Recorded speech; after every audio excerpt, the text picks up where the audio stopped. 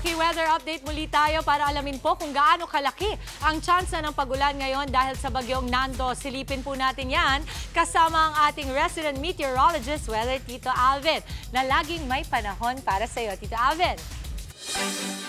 Good morning, Mami Dims, at good morning mga kapatid. Ulat panahon na po tayo ngayong araw ng Biyernes. Malayo pa naman po, Mami Dims, ito pong bagyong Nando at nakalayo na rin ang dating bagyong Mirasol at wala na pong direktang epekto at wala pang direktang epekto ang mga sama ng panahon na ito dito po sa Metro Manila. Magiging maganda at maliwalas pong panahon natin dito sa Metro Manila ngayong umaga at magiging mainit hanggang tanghali. Pero afternoon po, magiging maulap na po yung panahon natin at tataas yung ating tsansa ng pagulan at meron tayong mga inaasahang thunderstorms.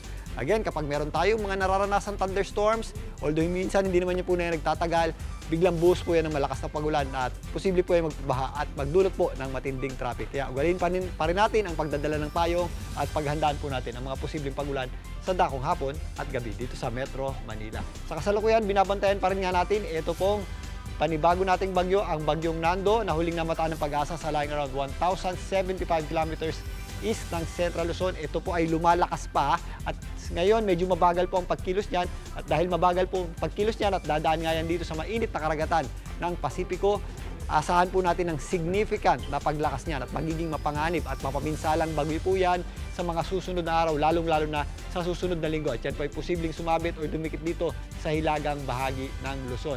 Maliban dyan, magpapalakas po yan ng habagat o southwest monsoon na magpapaulan naman dito po sa mga areas na medyo malayo sa ating bagyo, dito po sa western section ng ating Luzon. Kasama po dyan ang Metro Manila, yan po ay sa susunod na linggo. So mag-ready rin po tayo dyan at babantayan natin ang bagyong Nando sa anumang pagbabago niyan sa pagkilos at lakas sa mga susunod na araw.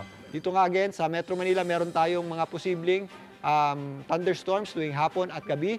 Magpapatuloy po yan hanggang weekend. Although maganda po ang sikat ng araw, by weekend, maaliwalas pa rin po ang panahon natin at malayo pa po ang bagyong Nando. Banda nasa itaas pa po yan ng ating bansa at hindi pa po yan didikit. Dito nga sa Metro Manila hanggang weekend, asahan po natin ang maulap na panahon paghapon na po at tataas din po yung ating tsansa ng pagulan at thunderstorms. Kaya sa may mga lakad ngayong weekend, ugalin pa rin po natin ang pagdadala ng payong o anumang pananggalaw sa ulan. At yan muna latest sa ating ilagay ng panahon ngayong araw ng Biyernes. Muli ako po ang inyong Weather Tito Alvin. Laging may panahon para sa iyo.